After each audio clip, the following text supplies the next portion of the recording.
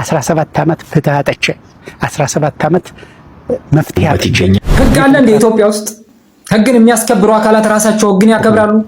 የ17 ዓመት አልቅሻለሁ።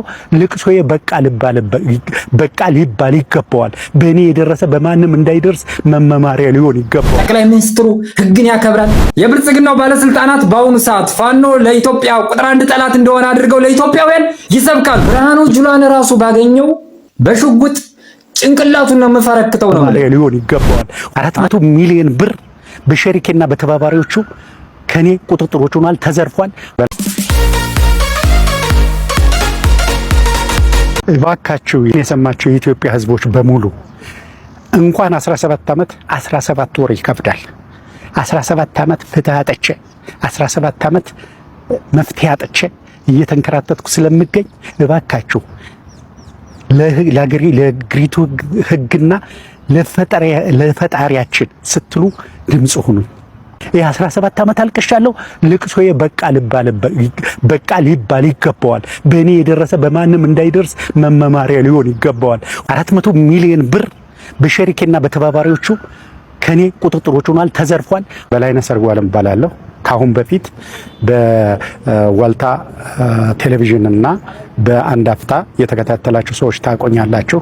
ይሄ ማለት በ2009 እና በ2010 እስካሁን አሁንም ቢሆን ፍትህ ላገኝ አልቻልኩም። እድሜን እየፈጀሁት ነው። ስለዚህ እኔ በ37 ዓመቴ ስራ ቆሜ አሁን 54 ዓመቴ ነው። ስራ ሳቆም ድርጅቶች ነበሩኝ። እነዚህም ድርጅቶች ዳይናሚክ ጄነራል ትሬዲንግ፣ ቢኤ ኦሜጋ ቢዝነስ ግሩፕ ኃላፊነቱ የተወሰነ የግል ማህበርና በኤልሲዲ ኬብልስ ኢትዮጵያ ውስጥ 25 በመቶ አክሲዮን የነበረኝ ባለሀብት ነበርኩ። ነገር ግን የዛሬ 17 ዓመት በ37 ዓመቴ እነዚህ ድርጅቶች በሸሪኮችና ተባባሪዎቹ ሀብትና ንብረት የተቀምጦ ድርሻ የተቀምጦ ከህግ ውጭ ሀገሪቱ ከምትገዛበት ህግ ውጭ ድርጅቶች እንዲፈርሱና ከቁጥጥር ውጭ እንዲሆኑ ተደርገዋል።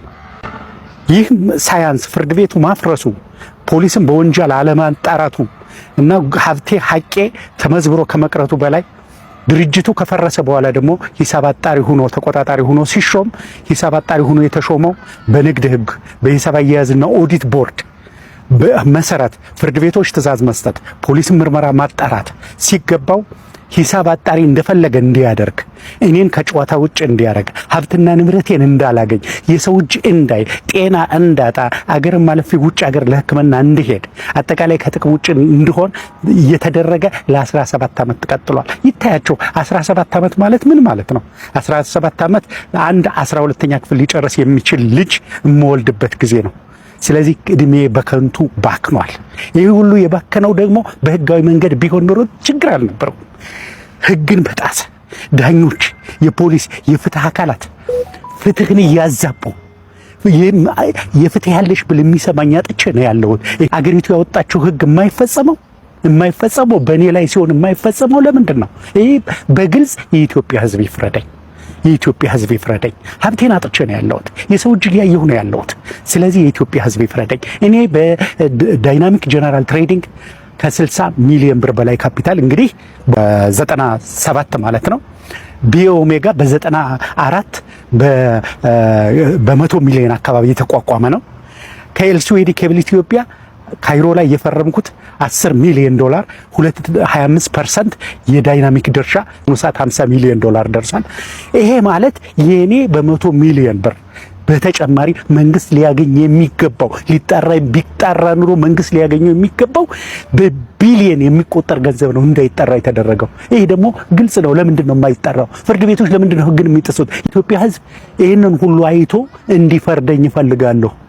እኔ በአሁኑ ሰዓት በዛን ሰዓት በ100 ሚሊዮኖች ካሉኝ በአሁኑ ሰዓት 400 ሚሊዮን ብር አካባቢ ነው ኢንቨስት የተደረገው በእኔና በሽሬካይ ብቻ። ስለዚህ አሁን ቢሆን ኑሮ ምን ይሆናል?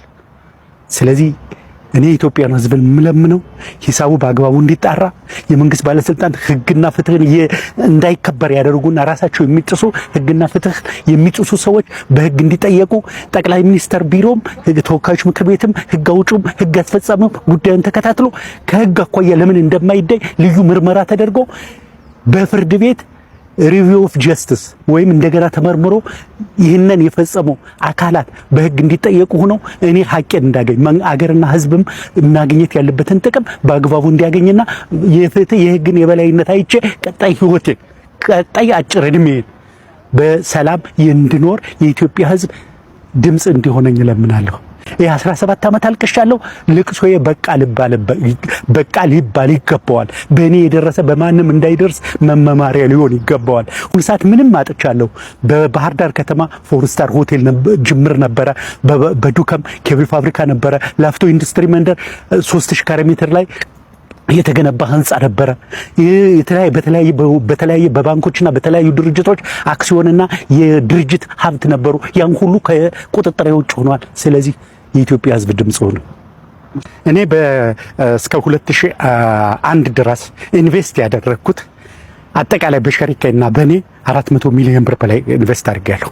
400 ሚሊዮን ብር በሸሪካና በተባባሪዎቹ ከኔ ቁጥጥሮች ሆኗል፣ ተዘርፏል። መጀመሪያም ለዚህ ዓላማ ተብሎ ድርጅቱ ተዘርፎ ነው ድርጅቱ እንዲፈርስ ጥያቄ ቀረበው።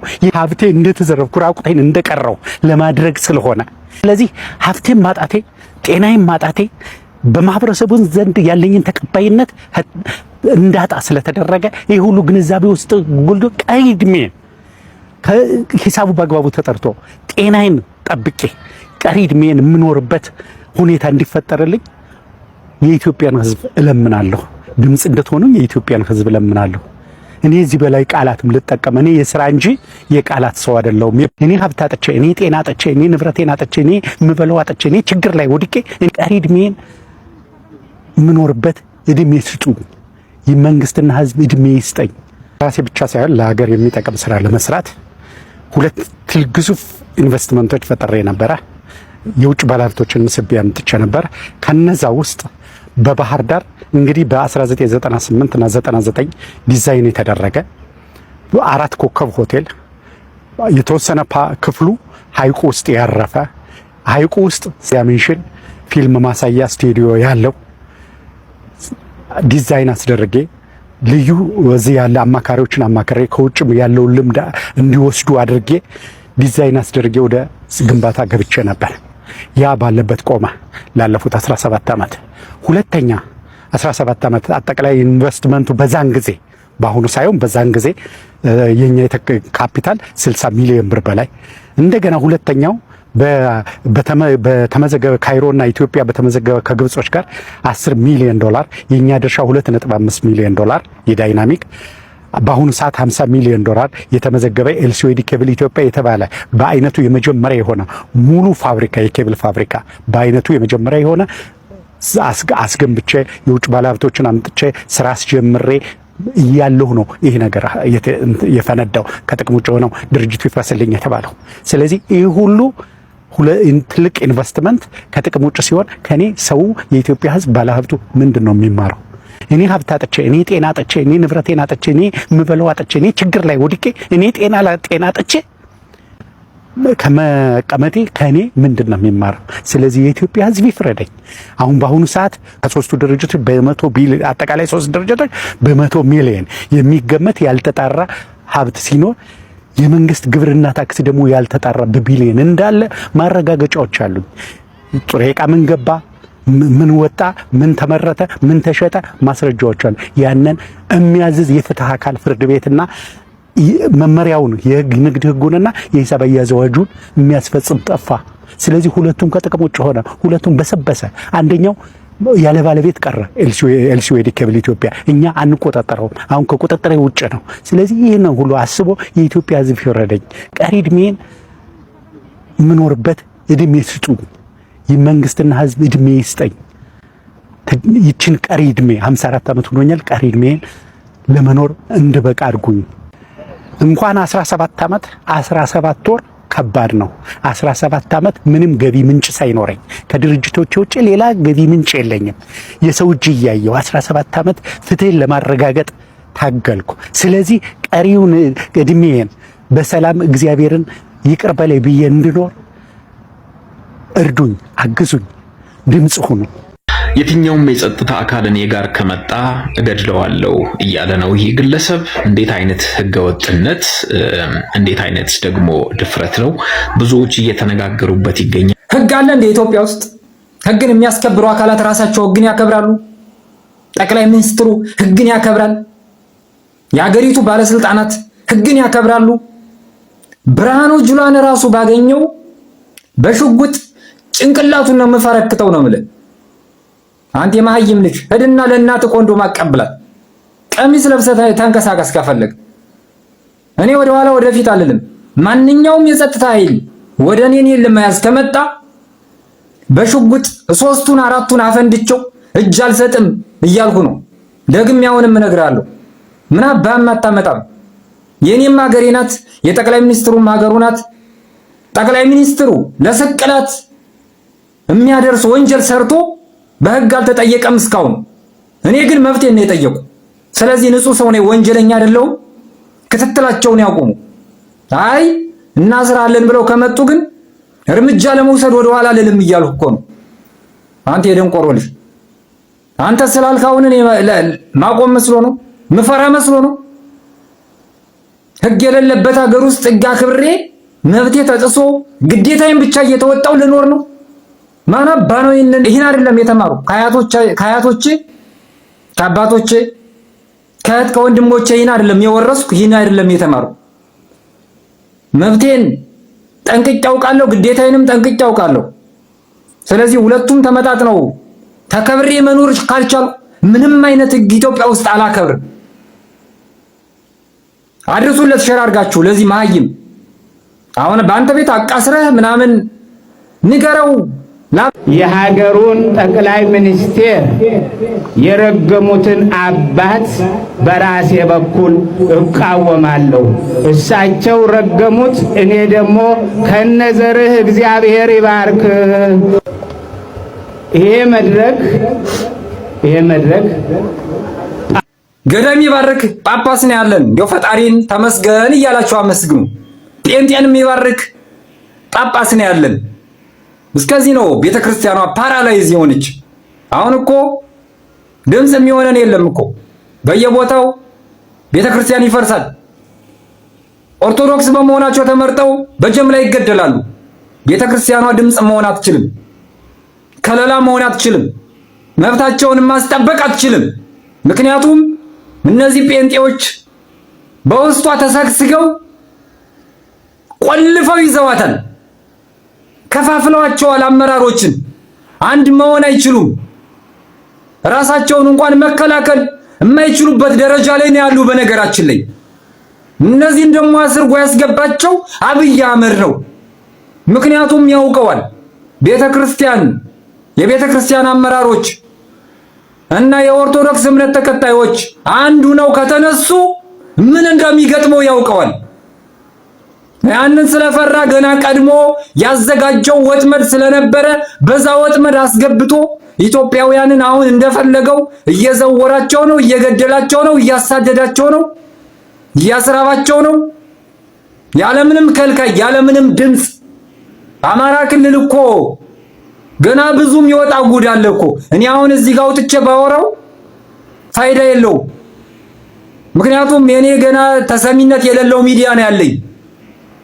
ነገር ግን በጣም ብዙ አስቀያሚ ለወደፊት የብልጽግናው ባለስልጣናት በአሁኑ ሰዓት ፋኖ ለኢትዮጵያ ቁጥር 1 ጠላት እንደሆነ አድርገው ለኢትዮጵያውያን ይሰብካሉ።